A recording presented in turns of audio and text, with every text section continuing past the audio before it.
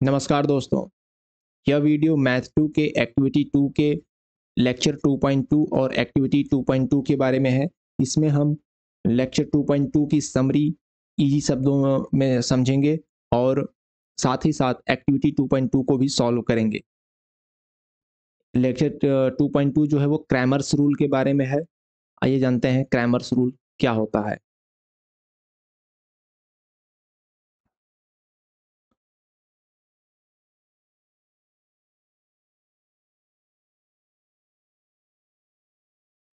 Cramer's rule को समझने से पहले ये जान लेते हैं क्रैमर्स रूल जो होता है वो किसी भी लीनियर इक्वेशंस को सॉल्व करने के काम में आता है।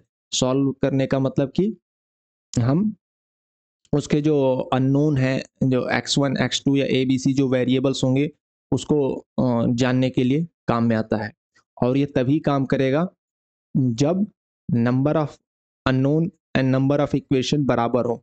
मतलब जब आपकी ये बने, जो मैट्रिक्स बने वो स्क्वायर मैट्रिक्स हो, क्योंकि स्क्वायर मैट्रिक्स का ही हम डिटर्मिनेंट कैलकुलेट कर सकते हैं और इसमें जो होगा हम डिटर्मिनेंट के थ्रू जो है अननोन को निकालेंगे। ओके, तो देखिए यहाँ पर दो अननोन है x1 और x2 और दो इक्वेशन है हमारे पास। तो हमारी जो मैट्रिक्स बनती है A X is equal to B वाली, उसमें ए बनेगी 4 - 3 6 5 और बी होगी 11 7 और x हमारा x1 और x2 है। ठीक है, तो पहले हम नॉर्मल तरीके से इसको कैलकुलेट कर लेते हैं x1 और x2 की वैल्यू क्या होगी। इसके लिए आप जो लीनियर इक्वेशन को सॉल्व करते हैं वो तरीका अपनाइए। यहाँ पर 4x1 है, यहाँ 6x1 है, यहाँ 3x2 है, यहाँ 5x2 है। तो अगर हमें इसको इक्वल करना है तो हम 4 में 3 का मल्टीप्लाई कर दें। किसी एक वेरिएबल को अगर हमें हटाना है तो 4 करते, इसमें इस इक्वेशन में हम 3 का मल्टीप्लाई कर देते हैं। ये हो जाएगा 12x1 minus 9x2 is equal to 33 और इसमें हम 2 का मल्टीप्लाई कर दें तो ये हो जाएगा 12x1 plus 10x2 is equal to 14 और इसको हम सॉल्व कर लेंगे, माइनस कर देंगे, माइनस हो जाएगा, ये माइनस हो जाएगा, ये कैंसिल आउट हो जाएगा, ये हो जाएगा -19x2 is equal to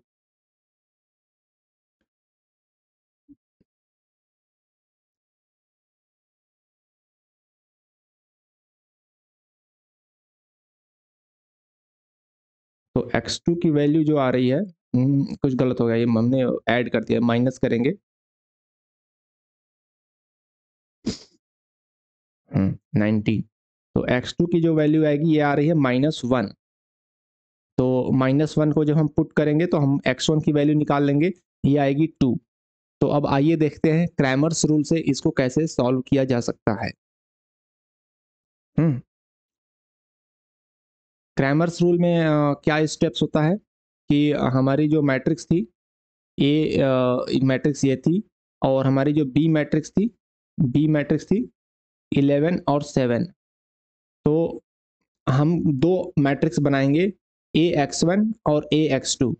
x one के लिए एक मैट्रिक्स बनाएंगे ए एक्स वन और एक्स टू के लिए ए एक्स टू। इसमें क्या करेंगे, इसलिए हम कॉलम को रिप्लेस करते हैं मैट्रिक्स बी से। पहला कॉलम जो एक्स वन वाला कॉलम है उसको हम रिप्लेस कर देंगे बी मैट्रिक्स से 11 और 7 से, और से दूसरा कॉलम सेम रहेगा।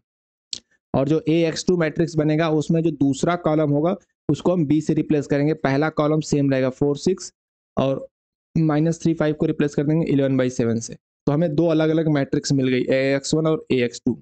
फिर हम इनका डिटर्मिनांट कैलकुलेट करेंगे। तो determinant of A X one आ जाएगा और determinant of A X two आ जाएगा।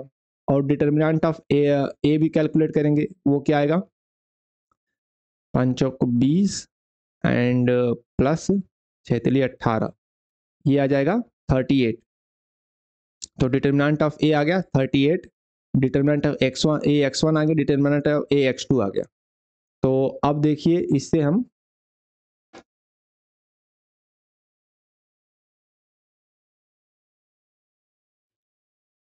जो हमें कैलकुलेट करना है ए x1 की जो वैल्यू होगी वो determinant of A x1 divided by determinant of A होगी, जो हो जाएगी 2, एंड x2 की जो वैल्यू होगी वो determinant of A x2 divided by determinant of A हो जाएगी, जो हो जाएगी -1। इस तरीके से हमने x1 और x2 निकाल लिया। यहाँ पर 2 अननोन के लिए था, सेम आप 3 अननोन के लिए भी कर सकते हैं। देखते हैं ये फिर से उसको वेरिएबल फॉर्म में समझाया कि आपका जो मैट्रिक्स ए बनेगा A11, A12, A21, A22 और बी बनेगा B1 और B2। तो AX1 के लिए B1 और B2 को पहले कॉलम से रिप्लेस करेंगे, AX2 के लिए सेकंड कॉलम से रिप्लेस करेंगे, और फिर जो होगा उसका डिटर्मिनेंट निकालेंगे, और x1 के लिए हो जाएगा determinant of AX1 upon determinant of A, x2 के लिए हो जाएगा determinant of AX2 upon determinant of A। ठीक है, एंड 3/3 के लिए जो होगा वो कुछ इस तरीके से होगा। यहाँ पर आपका 3/3 की मैट्रिक्स बनेगी और बी मैट्रिक्स यह बनेगी B1, B2, B3। और पहले आप करेंगे AX1 के लिए पहले कॉलम को B से रिप्लेस करेंगे, AX2 के लिए सेकंड कॉलम को B से रिप्लेस करेंगे, और AX3 के लिए थर्ड कॉलम को B से रिप्लेस करेंगे। फिर जो AX1 और X2 और X3 की जो वैल्यू होंगी वो होंगी determinant of AX1 divided by determinant of A, determinant of AX2 divided by determinant of A, and determinant of AX3 divided by determinant of A। तो यहाँ से आपका X1, X2 और X3 की वैल्यू आ जाएगी। इसे ही कहते हैं क्रैमर्स रूल। यहाँ को उसी को एग्जाम्पल से सर ने एक्सप्लेन किया है, हम इसको यहाँ पे नहीं सॉल्व करेंगे, हम जब एक्टिविटी करेंगे उसमें हमारी प्रैक्टिस हो जाएगी। ये आपने वीडियो में देख लिया होगा आई गेस। देखिए यहाँ पर A का -37 जो सर ने सॉल्व किया है, और इस तरीके से अलग अलग मैट्रिक्स बनाया x1, x2, x3, और उनके अलग अलग डिटर्मिनेंट कैलकुलेट किए, और x1, x2, x3 की जो वैल्यू आ गई वो ये आ गई determinant of AX1 upon determinant of A। तो इस तरीके से x1, x2 और x3 की वैल्यू आ जाएंगी। फिर उसी को n मैट्रिक्स के लिए जनरल फॉर्म लेकर के एक्सप्लेन किया गया है। ओके, तो यहाँ पर ये थ्योरी पार्ट खत्म होता है। अब हम एक्टिविटी 2.2 को सॉल्व करेंगे। आइए इसको थोड़ा सेट करता हूं मैं size.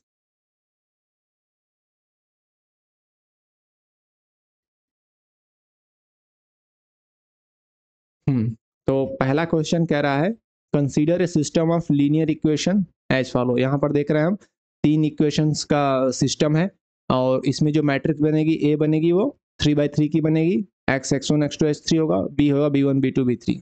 Be the matrix obtained by replacing the column. अगर हम एक कॉलम को रिप्लेस करते हैं तो मैट्रिक्स हमारी B बनती है, बाय B से रिप्लेस करते हैं तो हमारी मैट्रिक्स A बनेगी AXI। तो डिटर्मिनेंट ऑफ AXI अगर जो है 0 हो जाए for i equal to 1 to 3, then which of the following is a true, कौन सा सही होगा। मतलब कह रहा है कि अगर हम जो है इसके किसी भी 1, 2 एंड 3 कॉलम को रिप्लेस कर देते हैं B से, और हमारा जो डिटर्मिनेंट होता है, जो मैट्रिक्स बनता है AXI, वो डिटर्मिनेंट 0 हो जाता है, तो क्या चीज़ें सही हो सकती है। कह रहा है x की वैल्यू हो जाएगी 0, 0, 0, मस्ट बी ए सोल्यूशन होगा।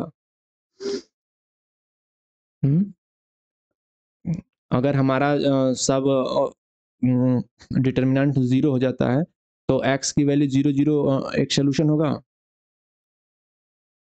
ऐसा तो नहीं है। तो यहाँ पर एक पॉइंट मैंने उसमें मिस कर दिया था थ्योरी में, मैं आपको बता देता हूँ। ये जो क्रैमर्स रूल है ये तभी अप्लाई होगा जब आपका जो मैट्रिक्स ए बन रहा है, ये आपका मैट्रिक्स ए का डिटर्मिनेंट 0 ना हो, या इन्वर्टिबल मैट्रिक्स हो। इन्वर्टिबल मैट्रिक्स उसे बोलते हैं जिसका determinant is not equal to 0। Determinant of A should not equal to 0 हो। अगर इक्वल टू 0 होगा तब ये इन्वर्टिबल मैट्रिक्स नहीं होगा।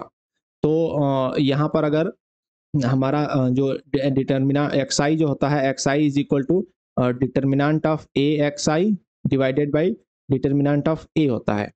तो ये कह रहा है कि अगर हमारा डिटर्मिनेंट ऑफ AXI अगर ये 0 आ रहा है तो क्या हमारा इसका मतलब ये हुआ कि x1, x2, x3 0 हो जाएगा, क्योंकि xi अगर AXI का डिटर्मिनेंट 0 है तो ये हो जाएगा 0 upon determinant of A is equal to 0, and x2 भी ऐसे 0 हो जाएगा और x3 भी 0 हो जाएगा।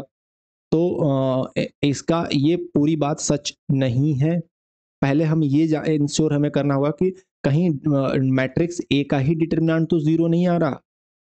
अगर ऐसा है तो फिर ये इन्वर्टिबल मैट्रिक्स नहीं है और उसको हम क्रैमर्स रूल से अप्लाई नहीं कर सकते।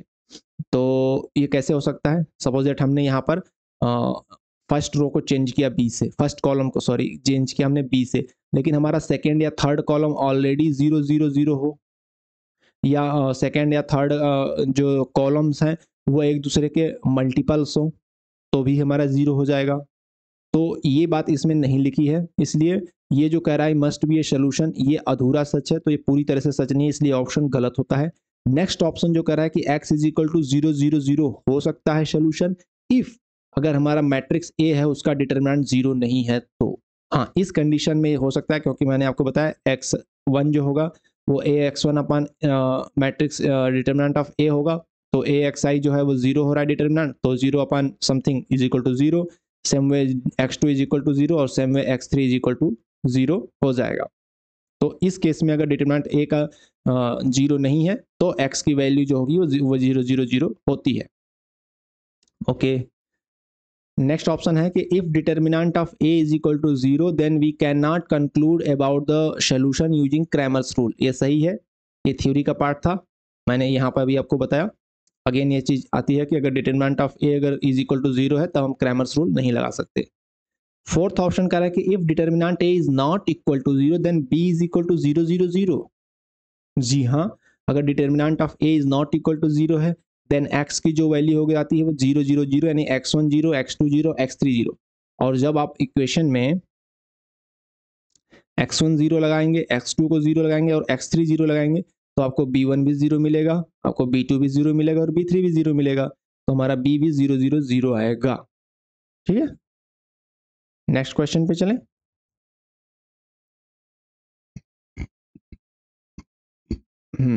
नेक्स्ट क्वेश्चन क्या कह रहा है कि एक सिस्टम है लीनियर इक्वेशन का, let matrix representation of above system ax is equal to B, ये है। यहाँ पर देख लीजिए x1 जो है 1 है, x2 0 है, x3 1 है, -1 1 -1 0 -1 1। ठीक है, ये हो गया b1 1 1 हो गया। ये matrix obtained by replacing the ith column of a1 1 a2 3। हमारा जो मैट्रिक्स मिल रहा है वो axi जो हो रहा है, इसको हम अगर b से रिप्लेस कर रहे हैं तो ये मैट्रिक्स मिलेगा axi रिप्लेस करने पर। तो use the above information to answer question 2 and 3। Question 2 क्या कह रहा है, choose the set of correct option. ax1 क्या होगा और ax3 क्या होगा। ax1 वो होगा जब हम फर्स्ट कॉलम को रिप्लेस कर देंगे b से, और b हमारा मैट्रिक्स क्या है, b में हमारा तीनों 1 आ रहा है, 1 1 1 आ रहा है, तो हम चेक कर लेंगे अगर हम फर्स्ट कॉलम को रिप्लेस करते हैं 1 1 1 से, और सेकंड हमारा 0 1 -1 होगा और थर्ड हमारा 1 -1 1 होगा, तो ये आप मैच कर लेंगे तो आपको फर्स्ट मैट्रिक्स ax1 मिल जाएगी। तो पहला इसमें ax1 में आपका जो कॉलम है 1 -1 0 ये गलत होता है, सेकंड ऑप्शन सही होता है। इसी तरीके से आप ax2 और ax3 को चेक कर लेंगे तो आपको मिल जाएगा। ax2 में देखिए आपका सेकंड कॉलम चेंज नहीं हुआ है, वो 1 1 1 से, ax3 में देखिए 1 1 1 से चेंज हुआ है, तो यहाँ पर ये मैट्रिक्स सही होगी। तो ये दोनों ऑप्शन सही होते हैं। थर्ड क्वेश्चन क्या कह रहा है इसी के बारे में, choose the set of correct option. x1 क्या होगा, x2 और x3 की वैल्यू निकालनी है, तो आइए x1 x2 x3 की वैल्यू निकाल लेते हैं। क्रैमर्स रूल से आप लगा सकते हैं और यहाँ से भी आप कर सकते हैं, हम ऐसे सिंपल वे में निकाल लेते हैं, क्रैमर्स रूल से भी निकालेंगे तो वही चीज आएगी। ये देखिए x1 plus x3 is equal to 1 है, तो ये होता है, और minus x1 plus x2 minus x3 is equal to 1 है, तो यहाँ से हम निकाल लेंगे कि minus x1 and minus x3 is equal to -1। ठीक है, ये मिल गया हमें, और इसे हम यहाँ पर फिट कर देंगे इस लाइन में, तो ये क्या होगा, माइनस x1 माइनस x3 -1 होता है, तो -1 and plus x2 is equal to 1 हो जाएगा। यहाँ से जब हम माइनस x1 और minus x3 is equal to -1 put करेंगे तो -1 plus x2 is equal to 1 हो जाएगा। यहाँ से आपका x2 इज इक्वल टू आ जाएगा 2। x2 की वैल्यू 2 आ गई, x2 की वैल्यू 2 आ गई तो x3 की वैल्यू निकाल लीजिए यहाँ। x3 बराबर हो जाएगा 1 प्लस x2, यानी x3 जो होगा वो हो जाएगा आपका 1 प्लस 2 इज इक्वल टू 3। तो x3 3 हो गया, x2 2 हो गया, तो x1 निकाल लो, x3 हमारा 3 हो गया, तो x1 बराबर हो जाएगा, x1 बराबर होगा 1 माइनस x3, यानी 1 माइनस 3 इज इक्वल टू -2। तो x1 हमारा -2 हो गया, x2 2 और x3 3 हो गया। ठीक है, तो ऐसे आप लगा सकते हैं। देखें, x1 -2, x2 हमारा 2 था, -2 गलत है, x3 3 था, तो ये दोनों ऑप्शन सही होते हैं। आगे क्वेश्चन पे चलते हैं।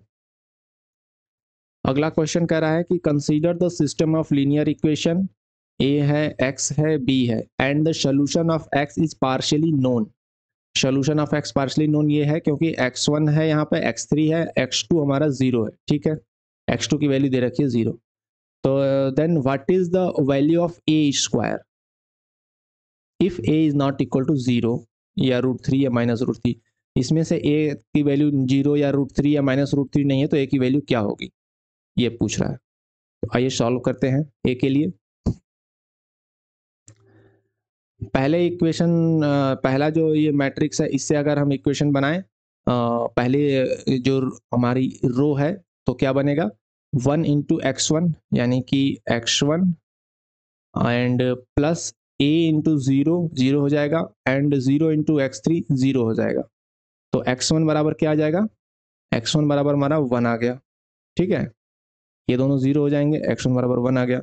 और सेकेंड रो से हम अगर बनाएंगे तो a into x1, a into x1, 1 into 0 0 हो जाएगा, 2 into x3 plus 2 into x3 is equal to हो जाएगा 0। तो हमारा x1 की वैल्यू 1 है, तो इसमें पुट कर देंगे, तो यहाँ पर आ जाएगा, ये हो जाएगा a plus 2x3 is equal to 0। Okay, so x3 is equal to, अच्छा ठीक है, इसको अभी ऐसा ही रखते हैं, a plus 2x3 is equal to 0। Third वाले से में देखते हैं क्या हमें मिलेगा। थर्ड वाले में मिलेगा हमें, x1 की वैल्यू हमारी 1 आ गई है, तो हम यहाँ पर 1 रख लेते हैं। तो 1 इंटू 1 हो जाएगा 1, 0 इंटू 0 0 हो जाएगा, a into x3 plus a into x3 is equal to हो जाएगा 0। ओके, तो यहाँ से हमारा आ गया x3 बराबर क्या हो जाएगा, x3 बराबर यहाँ से हमारा हो जाएगा -1 divided by a, -1 divided by a। Okay, तो अब हम इस x3 की वैल्यू को हम इसमें रख देते हैं, तो हमारा क्या हो जाएगा, a प्लस 2 इंटू x3 की वैल्यू -1 अपान a, तो -1 अपान a इज इक्वल टू 0। तो अब इसको हम सॉल्व कर लेंगे, तो ये हो जाएगा a स्क्वायर, a से मल्टीप्लाई करते हैं तो a square -2 is equal to 0। So a square is equal to हमारा आ गया 2। देखा आपने, a स्क्वायर की वैल्यू हमारी आ गई 2। यहाँ पर दिया है कि a स्क्वायर हमारा जो है a नॉट इक्वल टू 0 या √3 या -√3, तो a स्क्वायर हमारा 2 आता है। तो ये वैल्यूज भी कहीं किसी और तरीके से सॉल्व करने पर आ रही होंगी, इसलिए इज नॉट इक्वल टू दिया है, तो a स्क्वायर की वैल्यू हमारी 2 होगी। कैसे मैंने सॉल्व किया आपने देखा, यहाँ पर मैंने इक्वेशंस बना लिए, इक्वेशंस बना करके दो इक्वेशन बने, a plus 2x3 is equal to 0 और x3 is equal to second third वाले से हमें -1 अपान a मिल गया, तो यहाँ पर x3 की वैल्यू रख दी हमने, तो यहाँ से एक इक्वेशन बन गया, यहाँ से a square is equal to 2 आ गया। ठीक है, नेक्स्ट क्वेश्चन चले। नेक्स्ट क्वेश्चन कह रहा है consider the system of linear equation ax is equal to b, ये है, and the solution of x is partially known. यहाँ पर x2 की वैल्यू 0 है, ये पार्शियली नोन हो गया।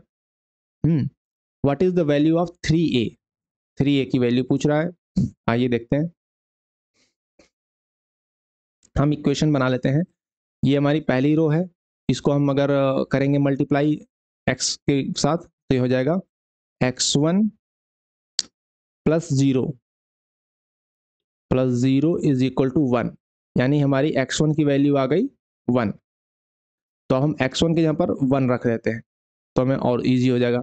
सेकेंड रो से सॉल्व करेंगे, तो ये हो जाएगा 3a plus 2, 3a plus 2 is equal to 1। So ये हो जाएगा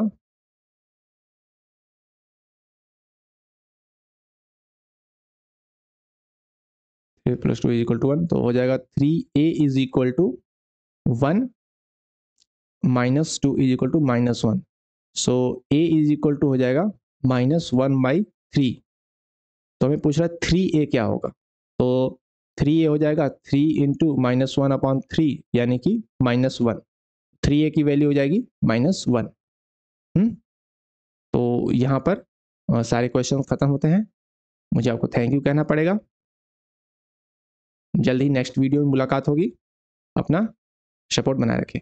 थैंक यू।